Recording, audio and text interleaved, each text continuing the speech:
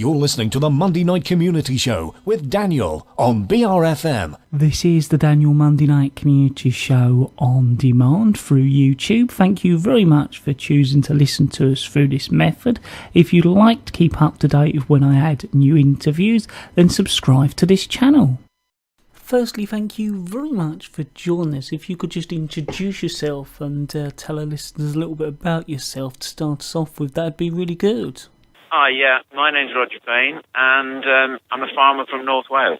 And for my sins, I came up with an idea that would be a good use for wool some years ago. I was wondering if you could let our listeners know how much sleep locally we're getting here on the island. Well, I think it's very much the same throughout the country, and it's almost majority of people. I would say the majority of people somewhere most nights have a problem in tossing and turning. In fact, if I said to you, sometime during the night you will wake up and you will put your arm out of the duvet, or you'll put your leg out, or you might fight the duvet with your partner. I think that's fairly common. So why do you think people just aren't getting a decent night's sleep? It's all to do with the bedding.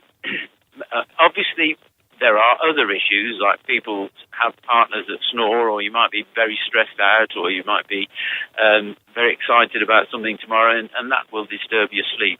But the majority of disturbed sleep is caused by being too hot in bed. And even the Sleep Council recommends a temperature of 16 to 18 degrees.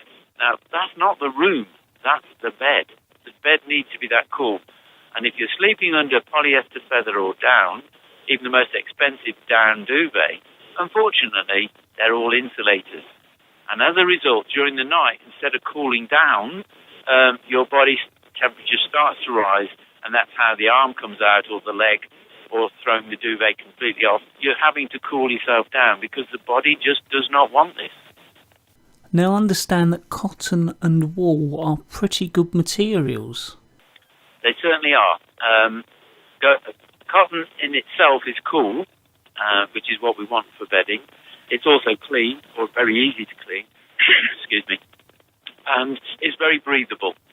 But the big secret is what goes in the duvet, or rather in our case, what goes in our Baavets, because we don't make duvets, we make Baavets, as in B-V-E-T.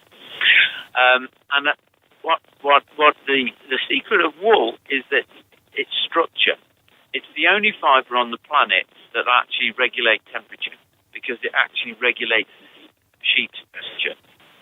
It's not just, many people think wool is for winter and we cut the wool off for the summer. But as somebody said to me the other day, I often see sheep in fields on a really hot day in July and August, and they're not dead. They're wearing a big woolly jumper. Or people say to me, oh, that's a wool duvet, it must be really warm. Well, actually, no, it will regulate the right temperature. Do you want to know how? Okay. On every fibre of wool, there are lots of hooks all the way down. Anybody that's a spinner and weaver listening to the programme will probably know this. Spinners definitely know it.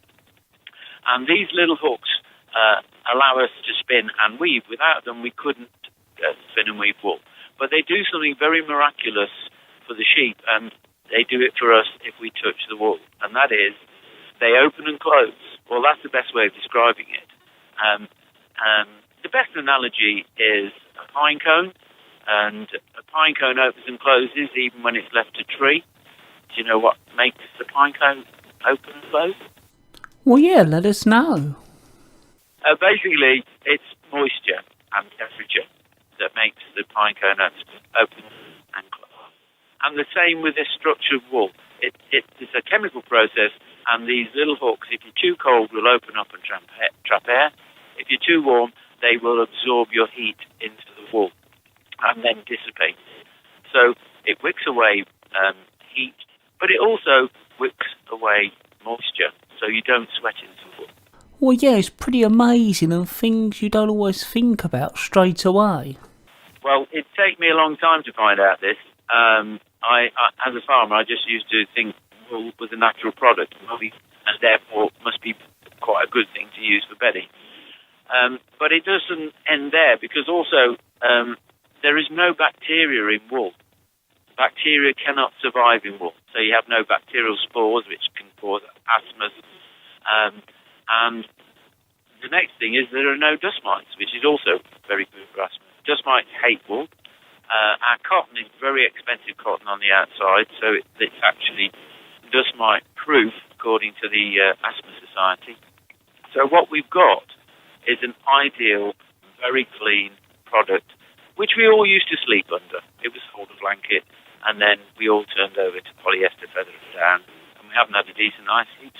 Now, you mentioned the name of the product. I was just wondering how that come about. Well, that was interesting. I was going to a friend's house on May the 4th, and it's almost like May the 4th be with you, and we were travelling along in the car, and we needed to diversify yet again. We've only got a small farm. So my wife said, so what are we going to do now? And this was 2009, when wool prices were absolutely rock bottom.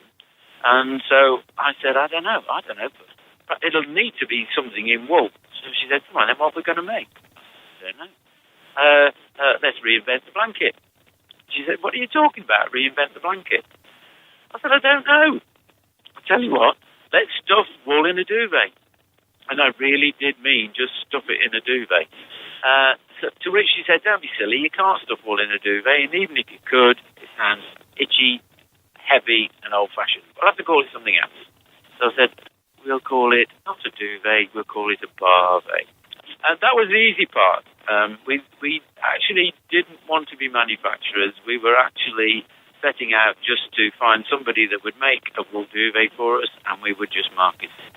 But there is nobody in the UK that can or could commercially make a wool duvet. And so we went on a very interesting journey, meeting people in Yorkshire, people in various industries, all really wanting to help. Everybody was really keen. And so with the help of different people, some people knew about how to card the wool, clean the wool, and then we found somebody that knew how to commercially quilt. And all these people came together and we developed this amazing product. Well, it certainly sounds an interesting story. Was there anything else you'd like to cover or get over to our listeners? Just to say that when it comes to bedding, just beware, I think I've already said, just beware of anything that's foam, because foam is something that, it's just a plastic bag you're lying on, really, and it doesn't breathe, it just makes you too hot in bed.